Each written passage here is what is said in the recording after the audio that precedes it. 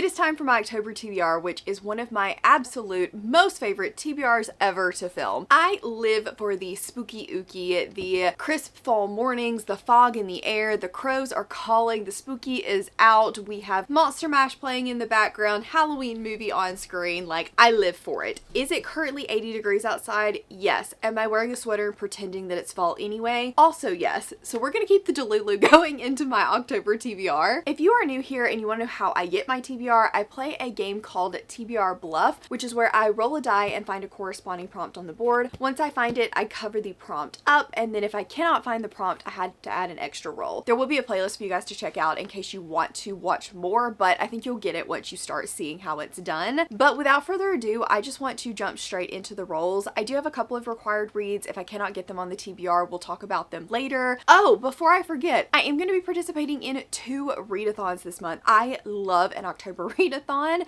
and I'm so excited that I get to participate in both of these. The first one is Halloween Weekend, hosted by Lexi from Books with Lexi. She is bringing it back this year with a little bit of a twist where we have a board game and we're going to be going through this haunted house in order to investigate ghosts. There are 5 rooms and it happens every weekend in October, so Thursday actually through Sunday. I loved Halloween Weekend when she first did it. I thought it was so much fun, and I'm so glad that she's bringing it back. I cannot wait to participate. I will be hosting sprints for it as well. The other one is TBR Harvest, which is hosted by Leandra from the TBR Zero. Leandra was so kind enough to ask me to give her a prompt to put on the bingo card. There are a couple of different ways that you can participate, but I think I'm going to go with the booktuber bingo. I'm still waiting on some more of the bingo prompts to come out so that I can start building my TBR, but I think that it is going to be so much fun. I will leave both of their announcement videos down in the description box. You guys should absolutely check them out because literally I cannot wait. So I'm hoping that all of the books that I put on this TBR today will also work for those prompts as well. Okay, now without further ado, let's jump into my first roll. Okay, so with a brand new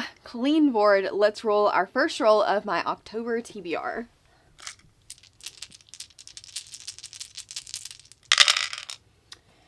Okay, so that got us 3 ones, a 3, and a 5. So 3 ones. 4 ones would get us a first person. 3 ones or 2 ones is not on the board, but we do have a lot of different options. So I think I'm going to keep 2 of the ones, and then let's just see, I think, what we get for the rest.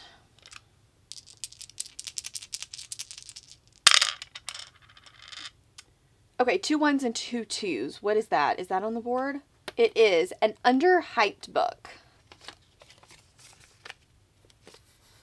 So for the very first roll, we got underhyped, and I struggled a little bit with this one because I feel like all the spooky vibe books are on everyone's radar, on everyone's TBR, because we all love to lean into the seasonal reads, I feel like. So I did end up going with Deathless Ones by Emma Hamm for this one. This is my buddy read book for my Patreons this month, so I'm really excited to chat with all of them about it. Originally when this book came out, I think in August, I heard people talking about going to pick it up, but I never actually saw anybody reading it, doing vlogs about it, giving opinions about it. I've heard maybe one person, I think Deb, read it, but that's about it. So in my brain, we're considering it underhyped out of all of the other options that I have. This is about a girl that I think gets murdered, and so she teams up with the god of death in order to get her vengeance. That's all I really know about it. That's all I really need to know about it. I'm so excited to give it a try. That god of death, necromancy vibes just gives me Halloween.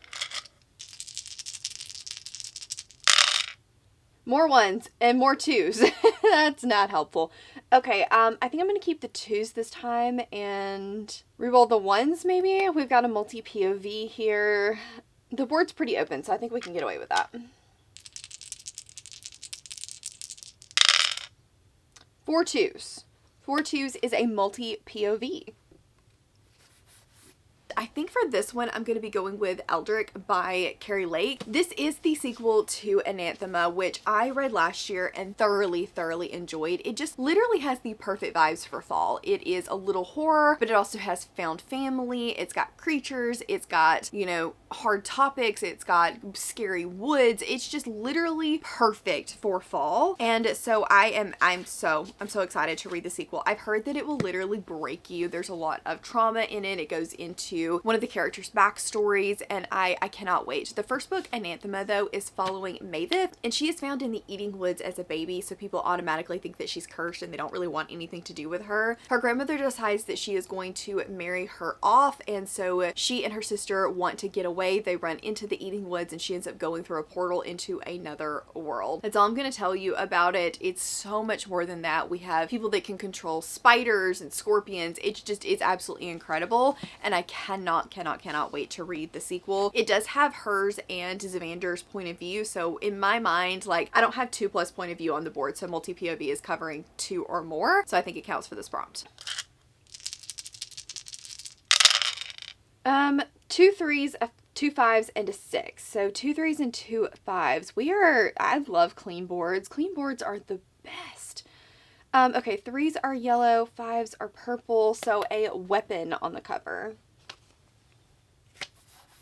Next, we're moving on to Weapon on the cover, and this one I did have to do a little bit of digging for. I actually got it last month too, and I don't think they read the book for that. Whoops. But I'm going to be going with Princess of Blood by Sarah Hawley. This is the second book in the Shards of Magic series, Servant of Earth, which I read last year and thoroughly enjoyed. I gave it a 4.5 star. I just thought that it was really different. It had some trials to it. It had also a few horror elements to it, and I absolutely loved it. So I'm excited to read the sequel that actually comes out the Tuesday after you guys see this, and she does have a sword. It is a very tiny sword, but the sword is there. We're picking up right where the first book left off, and it's about a girl that lives in a village. They know Fae exist, and every so many years they have to give a sacrifice essentially over to the Fae to become one of their servants, and it's considered a high honor, but she wants nothing to do with it. Her best friend is chosen, so she decides that she is going to go after the caravan in order to save her, but in the process she ends up getting put into the service of the princess of the Earth Kingdom essentially, and has to help her complete some trials in order to get her powers. That's a very simplistic version of events of what that book actually is, but I feel like it's the best description I can give without giving too much away. It does have a little bit of a love triangle in it, but it's not like a super heavy romantasy, so if you're looking for a more romance forward book, that one's not going to be it, but if you're looking for a good balance and a really good fantasy, so good.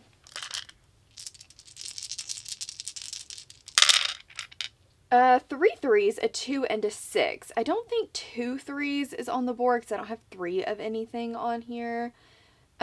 So we could keep all of the 3s and possibly get a friend fave, or we could keep 2 of the 3s and have more options. I think I'm going to do that. None of the 3s are super helpful as far as like clearing rows, but I want more options, I think.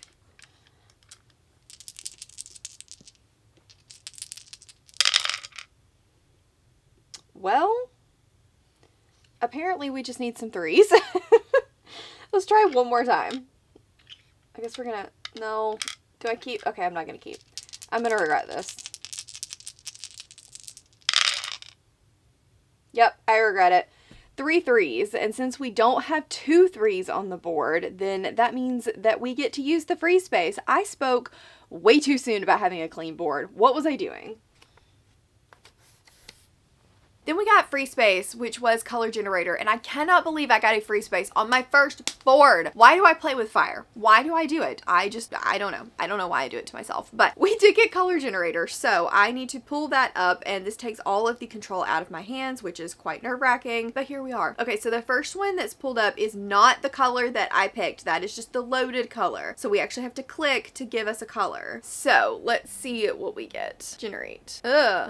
Signal orange? Orange? I don't have any orange covers. Oh, I do have an orange cover. Wait, this is perfect. Haha, victory. Okay, so we're going to be going with Things Gods Break, which is the second book in the Games Gods Play series. This one comes out at the literal very end of the month, October 21st, but I will be picking it up hopefully very quickly after it comes out because I am really excited for it. The first one has gods, and the gods every 100 years have to choose a champion in order to battle it out and figure out which god is going to have control for the next 100 years. And Hades has never participated before, but he decides that now's the year that he's going to participate. He gets his champion, and she has to go through all of these deadly trials that she does not want to participate in order to give Hades the power.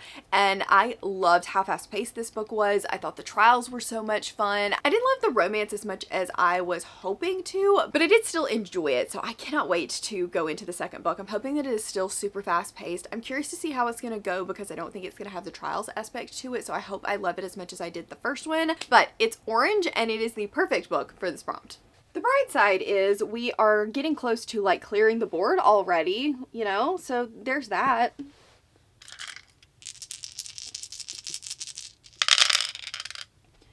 Two sixes, a 5, a 3, and a 1. Two sixes is a special edition, so we're definitely going to keep that, but let's roll these and see what else we get. Two sixes and two 1s. Is that even on the board? Oh, it is. A backlist book. I think that could work. I think we can make that work. Then we got a backlist book. Backlist is, for me, a book that was published not last year, but the year before and further. So not 2024, but 2023 and forward. So I think I'm going to go with Legendborn that was published in 2020. This one has been making its rounds again. I feel like because the third book just came out, people are loving it, that I'm hearing about it a lot more. And it's one that was on my radar, but not one that I like thought about all the time. And so I think that it's time that I finally give it a try. There's something about it that gives me October vibes, and I can't really put my finger on it. We're following a girl when her mother dies in an accident, and she ends up going to a residential school for bright high schoolers. It has like, I think, Arthurian legend vibes to it. She meets a teenage mage that calls himself Merlin, who attempts and fails to wipe her memory of everything that she saw. She also recruits Nick, who is an exiled Legendborn, in his own grudge against the group, and their reluctant partnership pulls them deeper into society's secrets. Honestly, I have not heard anybody that read this book that did not enjoy it. Monica just read the third book and said that it completely crushed her. Tori was talking about it too. We were all on sprints, and now I just want to read it. So it is the perfect backlist book. We are putting it on, and hopefully I end up getting to it very, very soon. And since we didn't finish the board last month, or at least I didn't finish my TBR last month, let's do our sixth and final roll.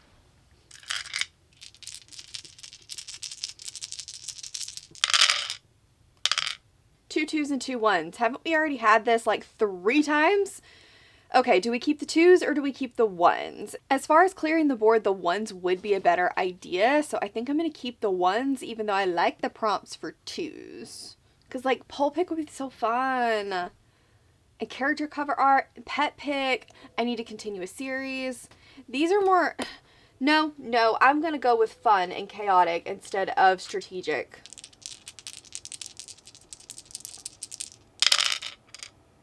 Three 2s. Okay, we're gonna keep those just in case, because that's already happened once and I had regrets. Okay, full house or continue a series. So do I go with full house because I recognized it? Or do I go with continue a series because I do need to continue some series? There are more full options for full house than there are, obviously, the 3 2s, or the 2 3s and the 2 2s. So I think I'm actually going to go continue a series because I might need that full house later. Okay, so this is what the board looks like at the end of October. I think we're off to a great start.